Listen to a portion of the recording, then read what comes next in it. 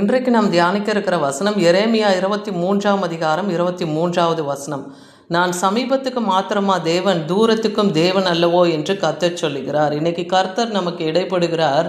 அவர் சமீபத்துக்கு மாத்திரம் அல்ல, அவர் தூரத்துக்கும் தேவனாக இருக்கிறார். ஏன்னா எவனாகிலும் தன்னை நான் காணாதபடிக்கு மறைவிடங்களில் ஒளிந்து கொள்ளக்கூடுமோ என்று கர்த்தர் சொல்கிறார் அதுக்கு அடுத்த வசனத்தில். அப்போ கர்த்தர் சமீபத்துக்கும் தூரத்துக்கும் அவர் எல்லா எல்லைகளிலும் நிறைந்திருக்கிற தேவனாக இருக்கிறார். அதனால் அவர் பார்வை நின்று ஒருவரும் தன்னை காணாதபடிக்கு மறைவிடங்களில் கூட ஒளிந்து கொள்ள முடியாதுன்னு கர்த்தர் சொல்கிறார். ஏன்னா நான் வானத்தையும் பூமியும் நிரப்புகிறவராக இருக்கிறேன் அல்லவான்னு சொல்கிறாரு.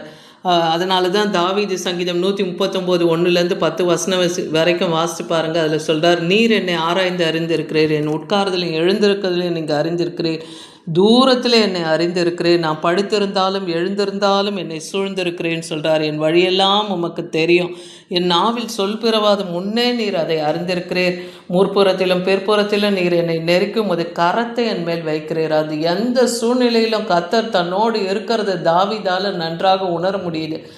எப்படி நம்ம தேவன் நம்ம கூட இருக்கிறது, நம்ம அவரை காண்கிறார் விசாரிக்கிறார்னு நம்ம பார்க்க முடியும். நீங்கள் தேவனை உண்மையாக தேடும்போது அவர் உங்களோடு கூட இருப்பார். அவர் உங்களை காண்கிற தேவன், விசாரிக்கிற தேவன். அதனால் நீங்கள் எங்கே இருந்தாலும் அங்கேயும் அவர் கரம் உங்களை தொடும். ஏன்னா இங்கே தாவீது அதான் சொல்கிறார், முற்புறத்திலும் பிற்புறத்திலும் என்னை நெருக்கி உமது கரத்தை என் மேலே வைக்கிறீர்னு சொல்கிறார். இந்த அறிவெல்லாம் எனக்கு ஆச்சரியமாக இருக்குது, இது எனக்கு எட்டாத உயரமாக இருக்குப்பா. அதாவது தேவனுடைய அறிவை அளவிடப்படாதவைகள், அவை ஆராய்ந்து முடியாதது இல்லையா. அவர் அனந்த ஞானம் உள்ள தேவன். அவருக்கு முன்பாக நாம் எங்கேயும் ஒளியவும் முடியாது, மறையவும் முடியாது. ஏன்னா அவர்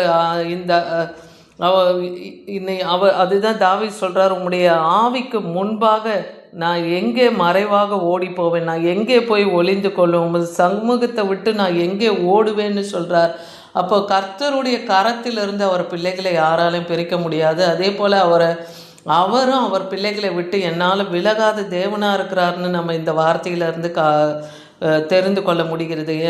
அதே போல் தாவீது சொல்கிறார், நான் பாதாளத்தில் படுக்கை போட்டாலும் அங்கேயே நீங்கள் இருக்கிறீங்க, நான் விடியற் காலத்து செட்டைகளை எடுத்து சமுத்திரத்தின் கடையாந்திரத்தில் போய் தங்கினாலும் அங்கேயும் உன் கை என்னை நடத்தும். அப்போ எந்த மூலையில் நாம் இருந்தாலும் கர்த்தருடைய கரம் நம்மை நடத்தும், அவரது வலது கரம் நம்மை பிடிக்கும். அன்னைக்கு தாவீது சொன்னது போல். அதனால் இன்றைக்கி உங்கள் வாழ்க்கையில் கூட எவ்வளவோ சோர்வுகள் இருக்கலாம், கலக்கங்கள் இருக்கலாம், பயம் இருக்கலாம், வாழ்க்கையை குறித்து யோசனைகள் அநேகம் இருக்கலாம். ஆனால் இன்றைக்கி கர்த்தருடைய வலது கரம் உங்களை நடத்தும். நீங்கள் எங்கே இருந்தாலும் அங்கே அவருடைய கரம் உங்களை காக்கும். நீங்கள் விசுவாசிங்க, அவர் உங்களை சூழ்ந்திருக்கிறார். இஸ்ரவேல் ஜனங்களை எப்படி அக்னி மதிலாய் அவர் சூழ்ந்து அவர்கள் மத்தியிலே அவர் வாசம் பண்ணினாரோ, இன்னைக்கும் தேவன் நம் மத்தியிலே வாசம் பண்ணுகிற தேவனாக இருக்கிறார். அதனால் கர்த்தரை உண்மை மனதோடு தேடுங்க. அதிகாலையிலே நாம் அவரை தேடும்போது அவரை நாம் கண்டடைவோம்.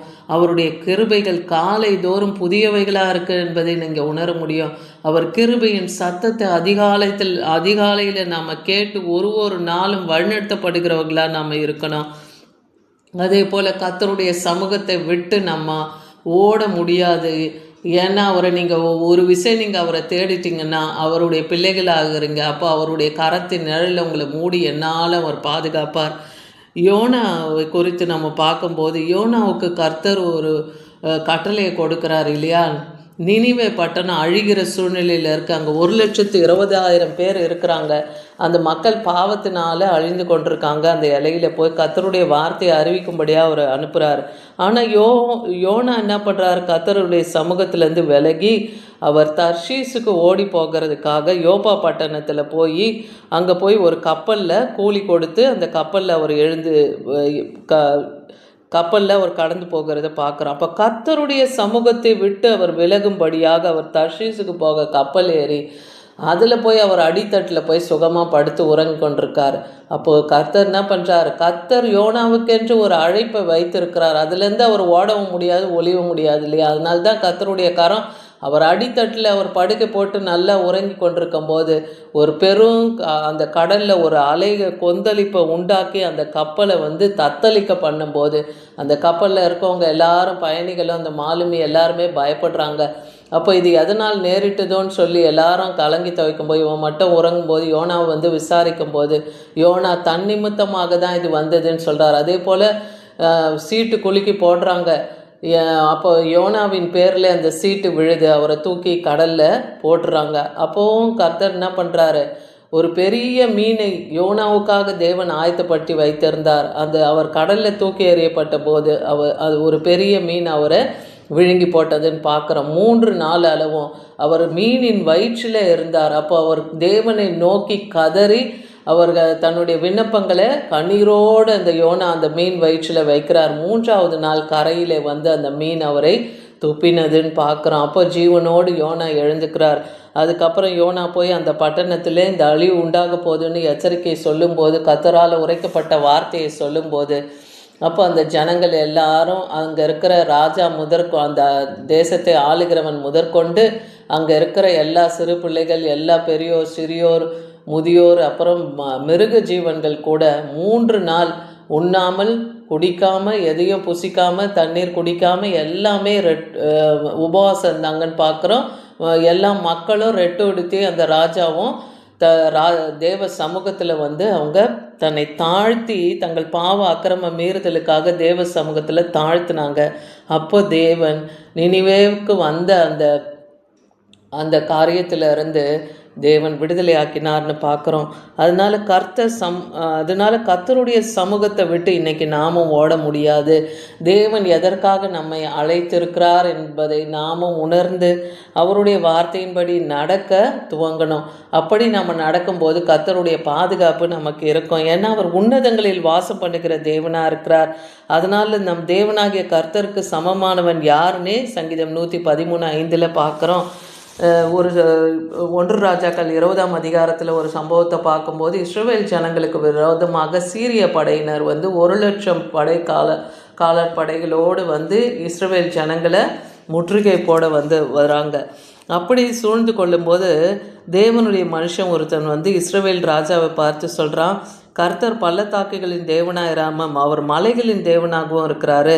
இந்த சிறியர் சொல்லுகிறபடினால நான் இந்த ஏராளமான ஜனக்கூட்டத்தை எல்லாம் உன் கையிலே ஒப்பு கொடுத்தேன் அப்படின்னு சொல்கிறார். அதனால் நானே கர்த்தர் என்று நீங்கள் அறிவீர்கள். அப்போது அந்த இஸ்ரவேல் ராஜாவுக்கு அந்த சீரிய படையை தேவன் ஒப்பு கொடுத்துட்டாரு. அப்போ அதை முழுவதும் சங்கரித்து போடுறதுக்கு தேவனுடைய கரம் அந்த ராஜாவோடு இருந்ததுன்னு பார்க்குறோம். இஸ்ரவேல் சீரியருக்கு அந்த காலாட்படை எவ்வளோன்னா 1,00,000 பேரை கர்த்தர் அன்னைக்கு மடங்கடிக்கும்படியாக செய்தார். அவர்களை முற்றிலுமாய் சங்கரிக்கும்படியாக செய்தார். ஆனால் இஸ்ரவேல் ஜனங்க அந்த சீரிய படைக்கு முன்னாடி 2 சிறிய வெள்ளாட்டு கூட்டம் போல தான் பாளையம் இறங்கினாங்க. ஆனால் கர்த்தருடைய ஆவி அங்கே இறங்கி அவர்களை அந்த தீமையான கிரியைகளுக்கு அந்த சத்ருவின் பிடியிலேருந்து அவங்களை விடுதலையாக்கினார். அந்த சத்துருக்கள் முற்றிலுமாய தேவன் சங்கரித்து போட்டார்னு பார்க்குறோம். அதனால் இன்றைக்கும் கர்த்தர் எல்லா இடங்களிலும் நிறைந்திருக்கிறதுனால தான் நான் சமீபத்துக்கு மாத்திரம் அல்ல, தேவன் தூரத்துக்கும் தேவனாக இருக்கேன்னு சொல்கிறாரு.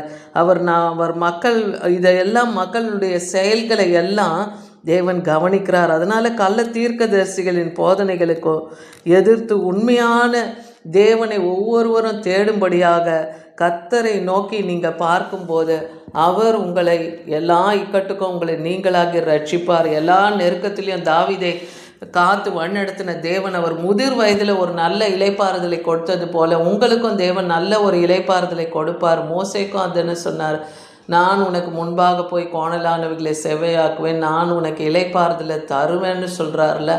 அதுபோல் தேவன் நமக்கும் இளைப்பாறுதலை தருவார். அதே போல் தேவ சமூகத்தை விட்டு ஒருபோதும் நம்ம விலகாதபடிக்கு கர்த்தரை நம்ம பற்றி கொண்டு இருக்கும்போது தேவனும் நம்மோடு கூட இருந்து பலத்த கிரியைகளை செய்வார். ஆமேன்.